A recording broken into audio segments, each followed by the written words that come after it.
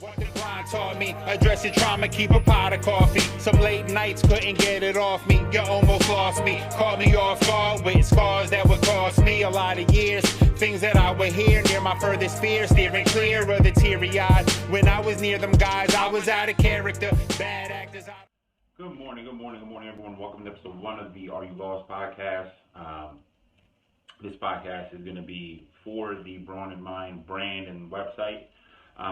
But we'll, at least for the time being, is going to be posted along with the 476ers podcast and, all the Broadview stuff. So, ultimately, I just wanted to kind of do an introduction. I tried to do this a couple weeks ago, but, I'm still working through things. I redid a bunch of stuff. I had bought a camera on Amazon, and that camera was awful. It was awful. It just looked like it was a digital camera that looked like a VHS tape. It's just wild. Grainy. It was grainy. It looked like I was, running in a forest. Like you could see snot out of my nose, and I was just replaying the Blair Witch Project, Anyway, so I returned that, and now I'm just using an iPhone because, you can't hold a good man down. So here I am. So one of the reasons I wanted to do this was kind of to introduce myself to anybody who doesn't know me, or those who do know me obviously know more about kind of the I guess you could say like the philosophical side of me, or kind of the side of me that talks more or ruminates more and meditates more on things. And then there are like a second level of people, and this happens with most people, where you have kind of multiple levels of who you are in front of different people, certain people that you may allow to see you, more, just more open. And so I think most people, when they speak to me one-on-one, kind of realize that I am I'm a little bit more reserved and, wanting to have deeper conversations. But then, if you see me in public or among a larger group of people, you probably know me as someone who's kind of jokey and liking to make people laugh. And I am both of those people, both equal and opposite. And, but ultimately fulfillment for me is, I realized over the last, 6 months or so was helping people, having conversations with people who came to me for advice, whether it be on eating or dieting or working out or, on anything, career advice, just at home advice, life advice.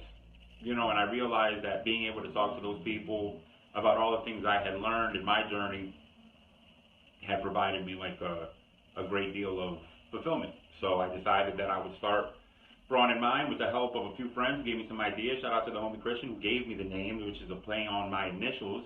I talk to smarter people. I just talk to people who are smarter than me and better than me at certain things, and that's life. You just kind of they say you're the average, and it's kind of like a hot button quote. I don't really like doing hot button quotes, but it's also just factual that you are the average of the 5 people you surround yourself with. So I try to surround myself with people who are well-rounded or a little bit more balanced than me, to give me alternate views on things that I may think or look at things alternately. Without like my homie Christian, I probably wouldn't have realized when I did that I had an eating disorder last year. And that, I had been on a journey long before that, but the eating disorder really made me take my own mental health seriously. And that was the point when I started doing all the research and reading that led me to, where I'm at today, where I kind of have a little bit different scope on things and a different view on things. As you can see, I'm not used to all these things. I'm kicking the camera and hitting the mic. But, ultimately, it just was a great opportunity to come and see if I can help people, one way or the other. That's what this is all about, and if I can make it my business, and sure, it's kind of funny. Life is interesting, and I think, this is kind of like part of my coaching or advice. And I've read this, I forgot where I read this at.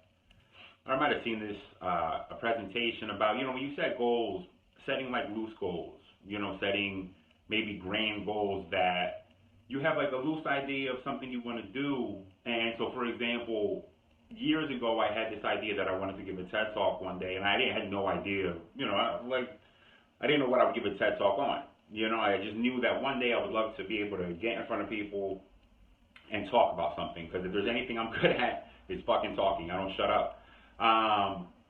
So with that, you know, kind of turned into all these other things. You know, I started kind of slowly, accidentally, not really purposely, just ending up in these situations where I could maybe have that opportunity one day, and you know, maybe even culminating sooner than later. You know, working with a group of really highly intelligent individuals and entrepreneurs who want to put on an event in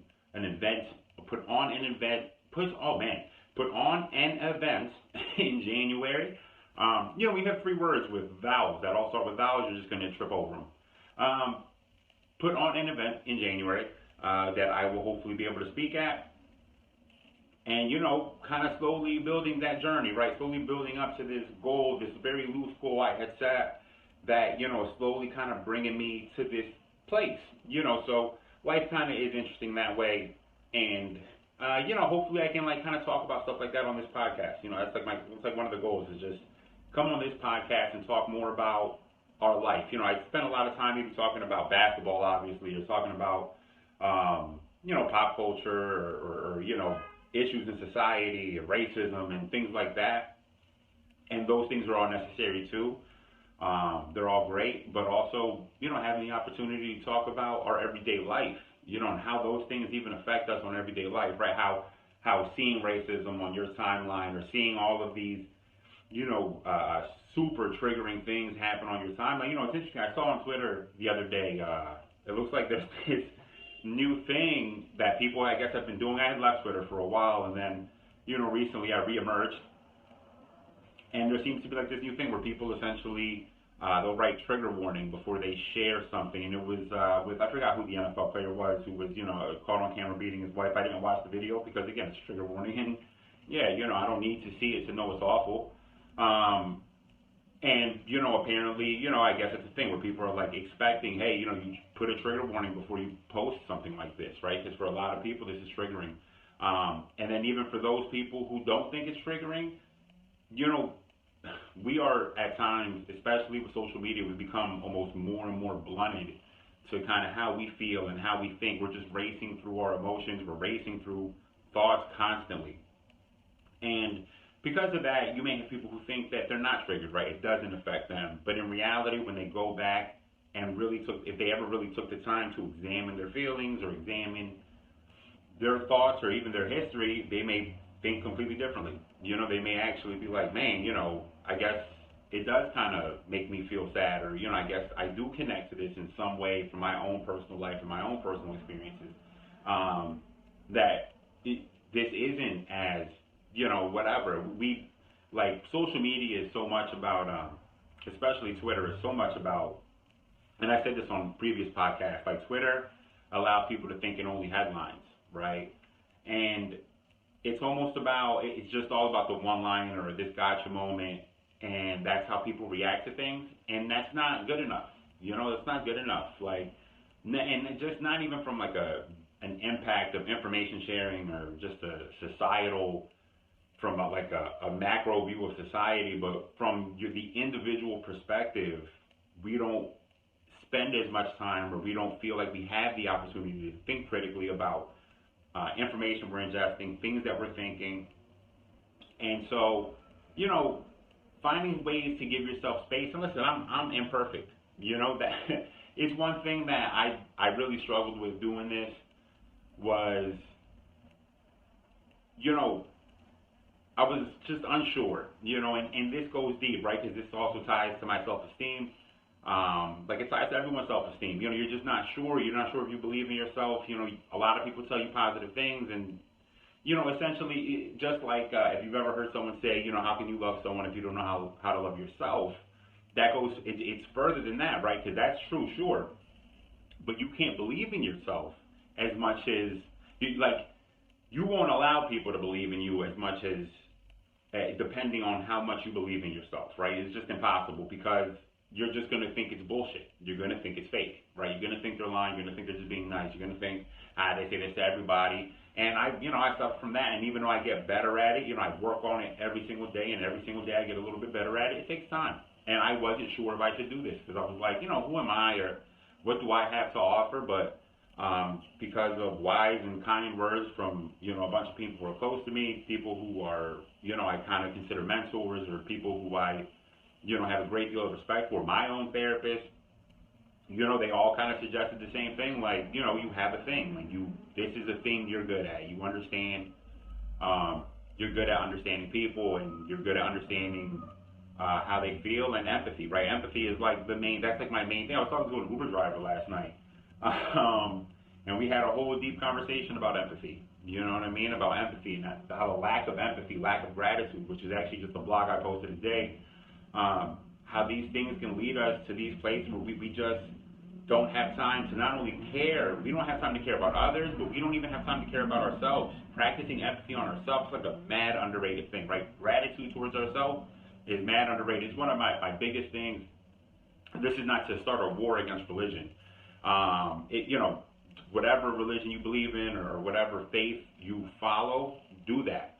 But the only thing that's only ever truly bothered me, and to this day that bothers me about religion in general, this is not, to be clear, this is not an indignation on God or any faith necessarily, just on the man-made religion, is what I'm specifically speaking to, is that, this idea that when good things happen, when blessings come in, you kind of attribute that to God or this higher force.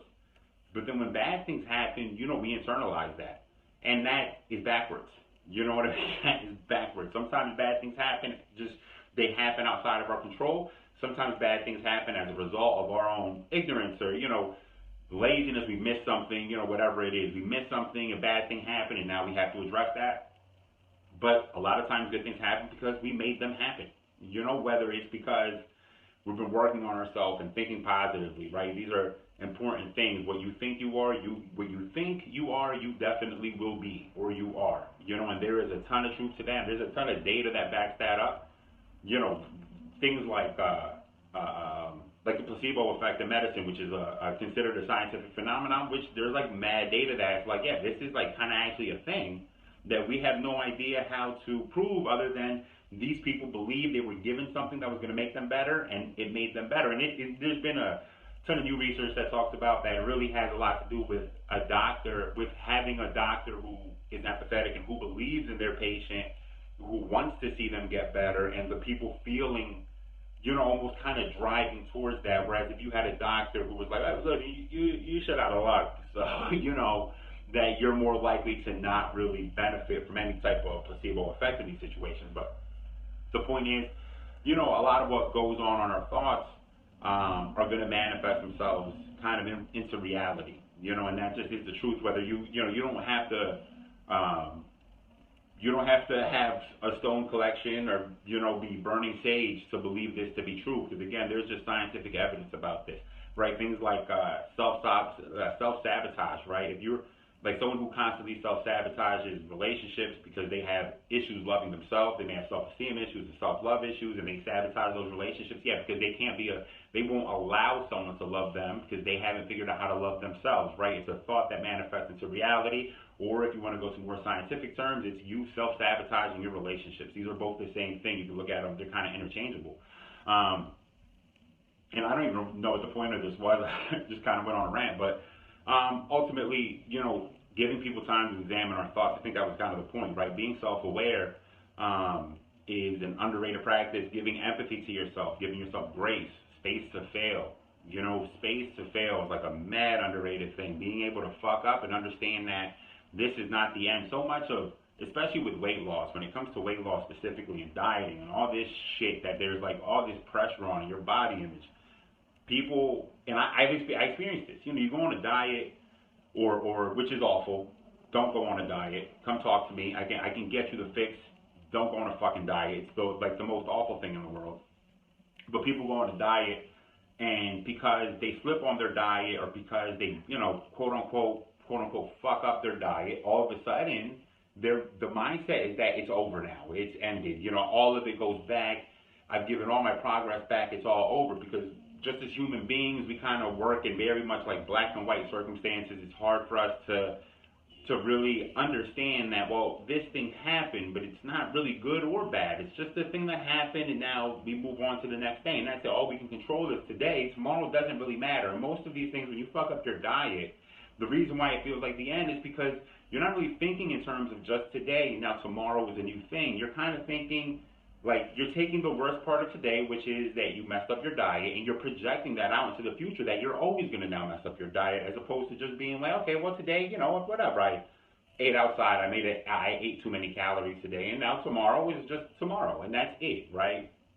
But we don't give ourselves empathy. We don't give ourselves love or space to fail. And there's like, because of social media. I mean, this is one of the worst things about social media to me is this grind culture, and all of this shit is like super willpower thing, and it's just bullshit. It's just bullshit.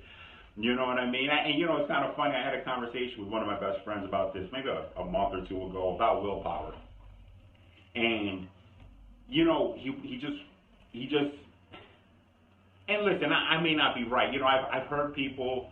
I kind of came up with this on my own, and then I started researching it, which isn't always great because this is kind of like almost a type of confirmation bias, but it's just in my own life, this is how it worked, and I was like, man, I wonder if there is some basis to this, and there is. Essentially that it's less willpower, it's more about really truly internalizing the reasons you want to do things, right? And like changing your indoctrinated beliefs so that you can go and do things without really having to will yourself to do it, right? When you actually reach a point in your life where losing weight becomes, or working out, or just living a healthier lifestyle becomes something that you have to do because you want to be there for your kids, you want to be able to travel, you want to be able to go on hikes, and you don't want to be tied down by extra weight, and you just want to be able to go up the steps without breathing hard. It's less about attracting the opposite sex, it's less about your body image, it's more about these things, these very necessary things to live a healthy lifestyle, to live longer, right? So just essentially to improve the logistics of your life, if you're able to internalize these motivations, what happens is you begin doing things to lose weight just because it makes sense to do, less because you're forcing yourself to do it. It's less about trying to be like pressing yourself to do things. And I told them, from my standpoint, willpower is more like, so you go to the gym, right? You have these internalized beliefs, they take you to the gym, all right? And you do all your workout at the gym. And willpower comes in when you're like on the elliptical machine, let's say, for 20 minutes, and you want to push yourself for an extra 5 minutes, you will yourself to that extra 5. But generally, willpower is a very, very finite resource. Most of our willpower is spent on going to work. You know what I mean? This is why it's very, very difficult for people to leave work and will themselves to not go to Wendy's or go fast food or things like that, right? Because they've exhausted most of their willpower. They might be hungry. There's a ton of different factors here, and essentially you've crashed, you're white, and now you're going to Wendy's, you're going wherever, right? And that's that. But when you're in a place where you've internalized these things, and it's more of a natural progression to do these things, I think that it's very underrated. That's why, like, when I look at someone like David Goggins, and I don't know David Goggins' story, I'm just kind of assuming this is why you can't really compare yourself to them. You can listen to him, and maybe he says something that resonates with you and makes you say, you know what, he has a point here. I want to push myself because I don't want to be average, or I want to be, something else. And you're able to internalize that. It resonates with a certain signal inside of you that says, these are the decisions I'm going to make now to become better. But the idea that you're going to will yourself to do it, it doesn't work that way. Our minds don't work that way. And part of the biggest, like one of the worst things that happen with these myths, right, about like willpower and stuff like that is essentially you have people who are overweight, who are suffering from eating disorders, disordered thinking. You have people who are suffering from addiction. And these people, when your mind has kind of shifted in this way, and again, because this is what it comes down to, I didn't develop this, but I kind of came to this conclusion when I was going through my eating disorder and I was journaling on it. And as I was journaling, I was kind of just writing exactly, just the thoughts were racing. I'm writing. And I asked myself a question: why do I want to binge eat? That was the original eating disorder. Well, that was the main eating disorder, but I realized I had an eating disorder when I had essentially become bulimic. But I asked, why do you want to binge eat? And that was kind of a shock, because I was like, why do I want to binge eat? Why am I asking myself that question? I don't want to binge eat. But now you have to think, well, what if you actually do, right? Because there's a separation, and this will be explored maybe later down the line in different podcasts, but there's a separation, and, you know, this is kind of like a thing that is constantly just tinkered with, and, you know, whether it's Hindu or, you know, whatever meditation practice you use, or, and, you know, a lot of behavioral, like, kind of scientists and psychologists who are, you're just kind of like, you're an amalgamation of different decision-making processes, you know, and in my mind, you're your mind. You're a combination of your mind, kind of your heart, or your inner child, maybe you want to see it that way, and like your awareness. Now, your awareness is the thing that we are, it's not what we're in control of, it's what we are. We are our awareness. We are not really our mind, because they always tell you, you're not your thoughts. You're not your thoughts, because your thoughts can become so disordered. So you're your awareness, but your mind at times can push you to do things that you don't even know why you're doing them. Like, why the fuck am I doing this? Why am I doing this? Well, because your mind is wired right now in a way that it might be incorrect. Because you have a trigger, something happened to you when you were younger that lasted to this day, that resonates with you. Maybe you have body image issues and you passed yourself in a mirror and you didn't like that. And all this happened so quickly that you saw yourself in the mirror, you thought something negative about yourself, now you feel super negative about yourself, and now you go and eat food, right? So all of these things happen in the span of a second, right, without realizing it. But all of that is your mind. Your awareness is not any of those things. Your awareness is just kind of experiencing it. You know, your awareness is kind of sitting in the passenger seat and just kind of seeing, like, watching what's happening. And that happens to a lot of people. You know, it happens to a lot of people. I mean, it happens to all of us.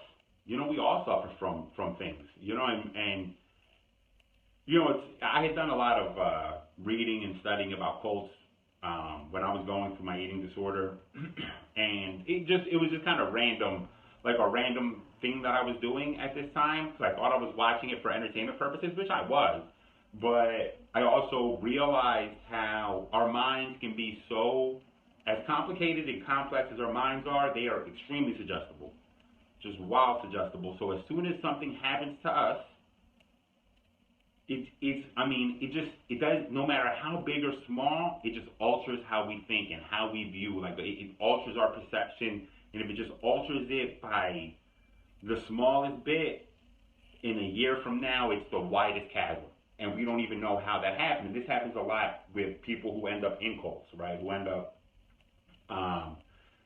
you know, anytime you watch a documentary on a cult, it's always like the end, right? So you're always watching the documentary when the person is like castrating himself in the name of the grand leader or whatever person he's doing it for, and you realize that it's kind of like you're sitting there like, I'm never gonna fucking cut my own banana off, you know? I would never do such a thing, right?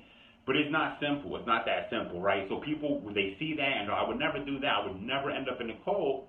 And in reality, and I saw someone suggest this before in one of these documentaries, that essentially the people who believe that are the people who are most susceptible, because they're the least aware of how you meet somebody who is super engaging and super, just like, what's the word I'm trying to think of? You know, like, just like a super likable person, right? And that person is like smart and has like really good views and good ideas, and you're talking to them and they convince you of a couple things. You're like, damn, man, that's kind of a good point. That's a good point. And slowly but surely they continue to convince you of smaller things, and these things start getting bigger, until intrinsically we are just different people by the end of it. And then you have this wake-up call, and then you're looking back 3 years later and you're like, what the fuck have I been doing? I'm about to castrate myself. You don't know how you got there. Well, our minds really are that way.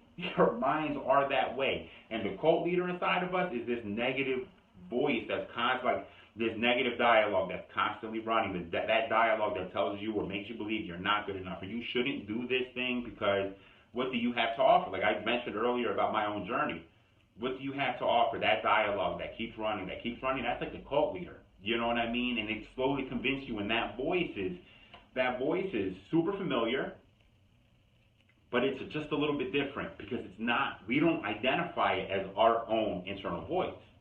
It's familiar, and a lot of times we attribute it to other people. I joke about this all the time. Like anytime I see people on social media You know, I have like 70 followers on Instagram or something. You know, not that who gives a fuck. Whoever, followers don't equal worth or self-worth in any way. But they'll have like 60 followers and they'll post things like, oh, you know, flexing on haters or all the haters, blah, blah, blah, blah, blah. And I'm always like, who the fuck is, like, who do you think hates you? you know 3 people. Who do you think of these 3 people are hating you? You know what I mean? But see, what's actually happening, a lot of those situations is it's an unknown hater. And the unknown hater is this inner dialogue that makes you think people are hating. You're projecting your own inner dialogue onto other people. And now you're saying, oh, fuck the haters. But the hater is just yourself. You're kind of just hating on yourself and you don't even realize it. You know what I mean? And this is not to, you know, clown people like that or whatever. If you see that in your own life, understand that those people, maybe they might have haters. Don't get me wrong. There might be people who hate on them. It's possible. You know, I'm not saying that no one has haters. But what I am saying is that a lot of times, even if you have haters, you've probably multiplied them in your own mind. You know, you may have 1 hater, and in your mind, you have 32 haters. But you only know 32 people. Do you think they're all hating? No, they're not all hating, but you're projecting it, right? You're projecting it because that negative voice is constantly running. It sounds like a crowd of people. But it's not. So, you know, for me,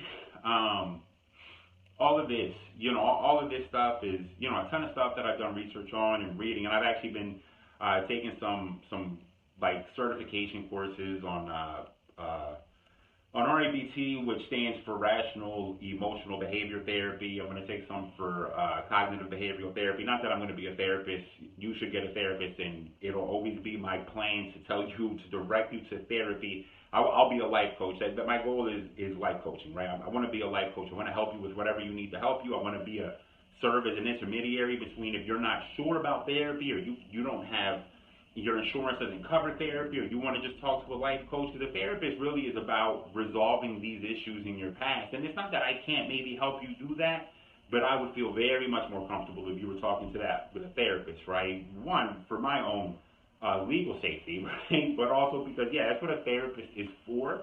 And maybe one day I might go back to school and get a degree in psychology. I've been considering that. But even then, I don't think I'd be a therapist necessarily.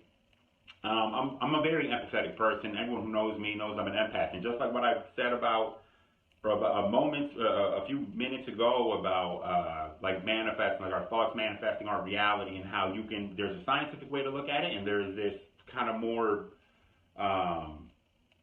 spiritual way to look at it with being an empath. All right, sorry about that. We got disconnected because my iPhone ran out of memory, which happens. And then I didn't reconnect my iPhone in a good way, so now there's a light right here. But you know, whatever. Anyway, point is, I was running long. You know, the iPhone really did me a favor. It wanted me to stop fucking talking. So the point is, empathy. I don't remember what I was saying. Something about empathy, but be empathetic to yourself. Be empathetic to everybody. Give thanks. Give gratitude. Probably by the time you hear this, if you get a chance to hear this, might be Thanksgiving, maybe the day after Thanksgiving, doesn't matter. Giving thanks is something that you should do every single day. I put up a blog about that. Go check that out, about gratitude. Gratitude is one of the simplest ways we can make ourselves happy. It's one of the simplest. I also mentioned in that blog, probably the simplest way to make ourselves happy is to smile, to literally smile. A bunch of scientific evidence about just forcing a smile on your face and how that can actually just make you happier just because you did it. Kind of like a Pavlov's dog situation there, which if you don't know that, stay tuned. I'll tell you about that in a later episode. Anyway, that's it. You know, much love to everybody out there. If you know anyone who's struggling, please direct them to my website. They can either go to areyoulost.me. You can go to areyoulost.me where you can find my music, links to my music, my blog, my podcasts, or you can go straight to brawnandmind.com where you can find, you can book a consultation with me, and we can go from there. So that's it. You know, everyone, just like I end my 476ers podcast, so you also know, just in case you know where I stand, you know, stay safe, you know, wash your hands, get vaccinated, please. Black Lives Matter, arrest the cops, kill Breonna Taylor, stop Asian hate. Take care. Grind taught me, address your trauma, keep a pot of coffee. Some late nights couldn't get it off me. You almost lost me, caught me off guard with scars that would cost me a lot of years. Things that I would hear near my furthest fear, steering clear of the teary eyes. When I was near them guys, I was out of character. Bad actors.